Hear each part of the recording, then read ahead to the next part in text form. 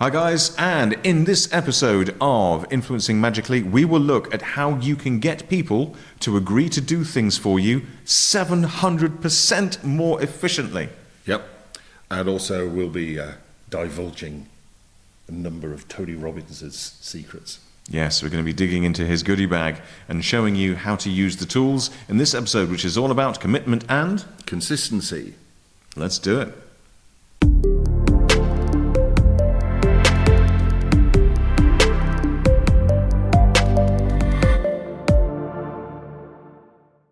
Hi guys, and welcome to The Results Show. The Results Show. So we are moving through our brand new masterclass. So this is Influencing Magically. If you haven't watched the first two episodes, then just rewind and give those a quick watch. But we have now reached the episode 3, where we are going to look at one of the most powerful tools. In fact, in some cases, we'll give some illustrations of this. This is actually can be more important to some people than life itself. And that is commitment and consistency. Yeah, so again, you know, how did Cialdini come across this? They're all experiences that he had where he went, what happened? And the experience he had was, it was January, early January, and he finds himself in a toy shop buying a toy for one of his kids. He'd already bought lots of toys, presents for his kids at Christmas, but he finds himself in January just randomly buying toys. But then he sees his neighbour buying toys as well, and he remembered the year earlier he had the same experience. Yes. He was in the toy shop and it was the same neighbour. So he's going, you know, what's going on? Now this neighbour was in the know, right? So, you know, Cialdini actually went up to him and said, you know, I think I saw you in the toy shop last year, same time. Yeah. If you're anything like me, you spent a fortune buying presents for your kids a couple of weeks ago. Yeah. Yep. So why are we here again? And this neighbour was in the know, and he said, well, basically, January, February, March, Q1 of any particular year is the worst time of year for toy manufacturers. Yes. So he said what they do is in November, they advertise a particular toy.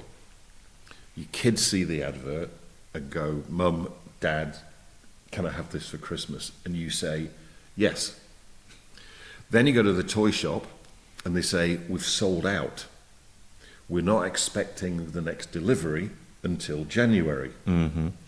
So you're not going to go to your kids and go, sorry, darling. Supply chain issues. Yeah, you can't have the present until January.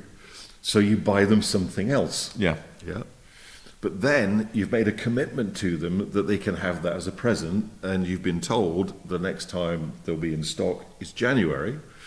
So you find yourself in the toy shop buying the toy that you'd said in November. The toy manufacturers have got no intention of that toy, that present, being in the shops until January. Yeah. Now, you know, when we talked about influence, We did, yes. manipulation, The spectrum. like, is it black and white? Can be in extreme versions. Are there shades of grey? Oh, yes. Most definitely. I personally think that's a bit of a shades of grey. It's because it's almost like if you imagine like a sliding scale. I think you've got, you know, kind of like good, which is an example that we had when we were chatting just before we came on air. Was let's assume that you've got a kid, wants to go to a party, a bit nervous, a bit scared of kind of going out there. And so you basically use the rules. He goes out there or she goes out there, they have an amazing time, they make new friends, their social skills improve, their confidence improve. That's quite clearly a win. So that sits quite nicely at the good, the good rules. You then got, sliding towards the darker end, you've got what we call naughty. which is, you're not going to go to Should hell. be put on the naughty step. Yes, you're not going to go to hell for it. But really, is that what we're looking to do? And then you push it all the way over to the right, and To then you the go dark side. Yes, and you got people like the Reverend Jim Jones of Jonestown fame. For those of you guys who are old enough, or read history books, so we're not condemned to repeat it. So yeah, as far as I'm concerned, that's kind of like on the naughty side. So we're not going to go after them with burning pitchforks, but Yeah. So then, Cialdini's had this experience, and he's trying to work out what it is, and it comes down to this rule number 2, commitment and consistency. So, experimenting, went to a horse racing track, asked people that hadn't placed a bet whether they believed a particular horse would win or not. Mm-hmm. They said, I don't know. Once they placed a bet on a particular horse, and then they went, do you believe that horse is going to win? They all said yes. yes, Because they've made that commitment of placing a bet. So now emotional need to be consistent with the commitment. yes, they're invested. They're invested. So now we've got like levels of commitment. Least effective commitment to self. As anybody who's ever made a New Year's resolution and not told anything about it will know. Exactly. Then next level would be commitment to one other person. Mm-hmm. Highest level would be public commitment. Yes, So again, Cialdini resources could do lots of experiments. So what they did was they went to the general public to do a survey. And in the survey they said, if you were to be asked to volunteer 3 hours a week for a cancer charity, how many of you would say yes? And pretty much everybody said yes. But it's just a survey. yes, Yeah. Then a couple of days later, because yes is easy to say in that situation. a couple of days later, then they go, okay, we're looking for volunteers for a cancer charity. Will you volunteer to work for this cancer charity 3 hours per week? So again, it's like a blind study, random control trial. Yes, So for the people that were asked if they would actually volunteer, when they'd done the survey first, the increase in the number of people that said yes was 700%. that's significant, isn't it? I think you can agree on that. That's a result. It's huge, right? Now, we mentioned in episode 1, Tony Robbins, Cialdini's rules, his Bible.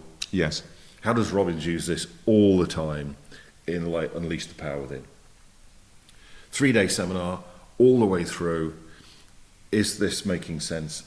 Say I. That gesture always reminds me of somebody else. Is this useful? people get to make sure. Yeah, nobody out there, please take a screenshot of David doing that. Somebody's already done it. It's all right. So it's already out there. Oh, okay. Is this valuable? Is this useful? Is this making sense? Say I. In front of like 5, 10, 15,000 people. So what's the chance of somebody afterwards leaving Unleash the Power Within and going, what a pile of crap? Yes, Because the people that they've gone with are going to go, what are you talking about?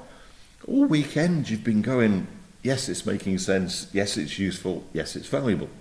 I mean, you kind of see this in church, actually, because this is something that we're talking about, because, one of the key things that the congregation says over and over again is Amen. Yep. And correct me if I'm wrong, but that is basically, I mean, obviously you don't necessarily know what it means a lot of the time, but basically I think it's Hebrew for so say we all. So the original use of it is somebody will say something and everyone goes, yes, we agree to that, we commit to that. And so again, you're doing it in public, and that's why you're constantly asked to say, I agree with this, I agree with this, I agree with this, because you're then demonstrating a commitment to whatever it is that either the lesson or the sermon or the teaching is about. Yeah, it's the same thing in, I think it's the Wiccan system. They say a particular thing and they go, so mote it be. Yes. Which is where then Captain Kirk, the Patrick Stewart version of Captain Kirk in Star Trek, so make it so. Right. That's the same kind of thing. So, again, let's put this into action. Example, fix my mind. Yeah. Smoking cessation. So when somebody comes along for smoking cessation, the first thing that we do is to say, okay, go outside and smoke your last cigarette. It almost sounds slightly ominous. Imagine that they're going to come back and there's a blindfold waiting for them. Firing squad. But of course, they're not expecting that. So they go, oh, right, reciprocity, right? This is going to work. Yeah. We've done them a favour. Also, presupposition, last cigarette. Yes. But before they come to the session, what we've had them give us is the names and addresses of the 5 most important people in their life. Mm-hmm. And what we prepare is a letter to each of these 5 people saying, dear so-and-so, you are one of the most important people in my life, which is why I'm writing you this letter, to say that today I've smoked my last cigarette. Yes. And I want you to know, because you're one of the most important people in my life, if you see me even going for a cigarette, let alone actually smoking a cigarette, I give you permission to tell me to stop. Yes. Because you said today that you were going to stop. And they have to sign it. There's something about putting a signature on something. Yes. It's like a tactile thing, isn't it? Yeah, and it's more than like typing your name at the end of it, actually or drawing that unrecognisable scriggle on like an every delivery that no one can actually work out. Yeah, I mean, my handwriting's awful because I broke my thumb when I was skiing, so nobody can read my handwriting, which is why I decided to do a doctorate. Yes. Because as a doctor, you've got to do handwriting that nobody can read. Well, it's also because they just basically measure it. As long as it's more than 3 inches tall, then it looks good. And also, when I was younger, it meant I could go up to women in nightclubs and say, "Trust me, I'm a doctor." He doesn't do that anymore. You'll be glad to hear. No, I definitely don't. I'm not a doctor, but I'll have a look anyway. Sorry, moving swiftly on. So then we put the letter in the envelope. Yes. And quite often what happens is the client goes, actually, I think when I was coming to your office from the tube station, I passed a post box. Did you now?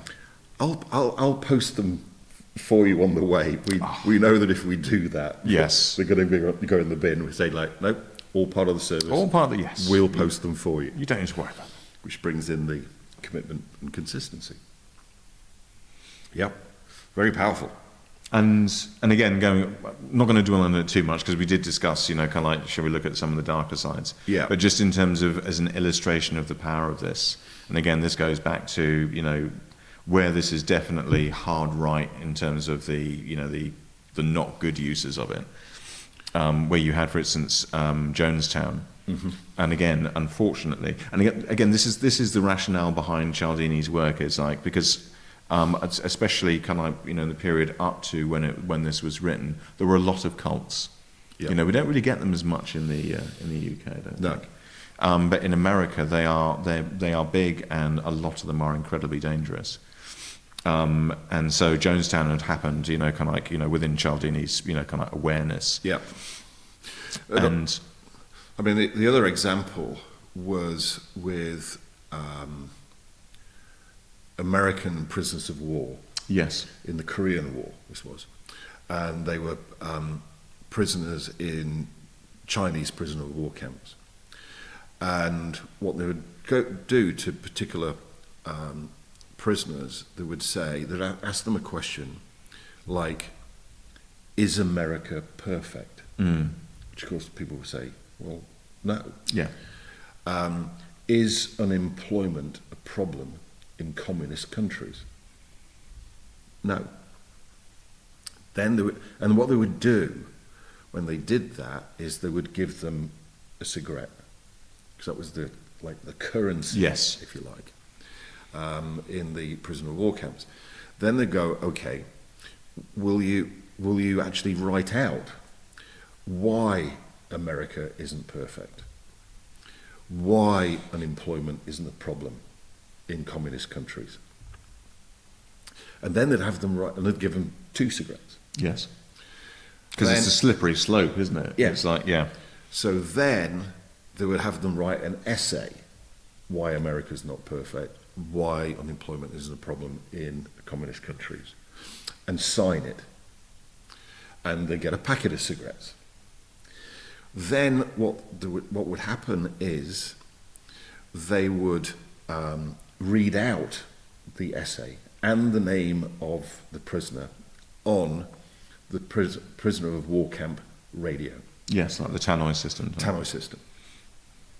So what happened then was the other prisoners treated that prisoner whose essay was written out as a communist defector. Yes. And now these prisoners actually started to act like they were a communist defector. When the war ended, many of those prisoners actually decided to stay in China. Yeah. They didn't go home, because that process of commitment and consistency actually had them change their beliefs about their personal identity. And the bit that we're going to mention in terms of Jonestown was because basically, for those of you who don't know, it was basically this enclave that was set up down in like Central America, something like that. And so it's basically this town which was led by the Reverend Jim Jones, who was a very clever and very warped individual. And basically when the FBI were closing in, so this is where you get the whole poisoned Kool-Aid. So they basically mixed up a box of Kool-Aid, added poison to it, and everybody drank it. There are only a couple of survivors out of all the people there. And when they basically interviewed them to try to work out, the mechanisms behind this, how had somebody been able to achieve this? Commitment and consistency. They drank it because they had previously said they would. Yeah. And that was it. And they were feeding it to kids and stuff like that, which is why we said at the start that this sort of thing is, in some cases, can actually turn out to be more valuable than life itself. And I think also, because I don't know about you, but certainly my personal experience is people tend to act according to the image of who they are in their heads. Right. I think there was a story about a lady who was had all sorts of problems and stuff like that, was misbehaving. And when they actually looked back, it was because at some point in her past, her mother had said to her, "Oh, you little devil." Yes. Or something like that. And I think it's out of the Cialdini book. But for some reason that took hold, especially, during the formative years. It's, "I'm a little devil." And so then, because that is their self-image, your behaviour naturally gravitates to be an expression of who you are. So if you want to change someone's belief, change their impression of who they are, because that is the one thing that they will subconsciously as well be consistent with. It's also, you see it again, we're talking about Tony Robbins. If you've watched the Netflix I Am Not Your Guru, when he's working with individuals, they stand up, they're in front of like 10,000 people. And from an NLP point of view, he's using pattern interrupts, sleight of mouth patterns, very exquisitely, by the way, world class.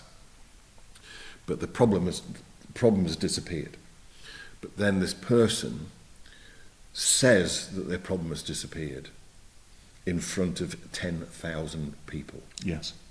So now does that create the state of mind where then the person has to be consistent with the problem disappearing and them having a new idea about how they're going to be in the future, or who they're going to be in the future? Yes. Because they've done it in front of 10,000 people.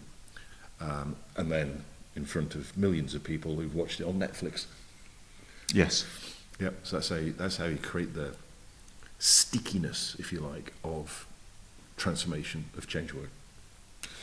So that was commitment and consistency. Do you think we've covered off Yeah. You've got. See, we do actually do work here. Before we actually start off, by the way, we've got pages and stuff of notes. I think we've covered commitment and consistency today. If you've got any questions, of course, like that, please pop them in the comments below this video, or you can email us at podcast. Remembered it this time. We did. Podcast at theresultshow.com. And join us next week when we will be looking at social proof. Ah, yes. All your friends are going to be joining us for social proof, shouldn't you? Yep. In fact, invite your friends to watch it with you. Yes. So, yeah. Yep. See you next time.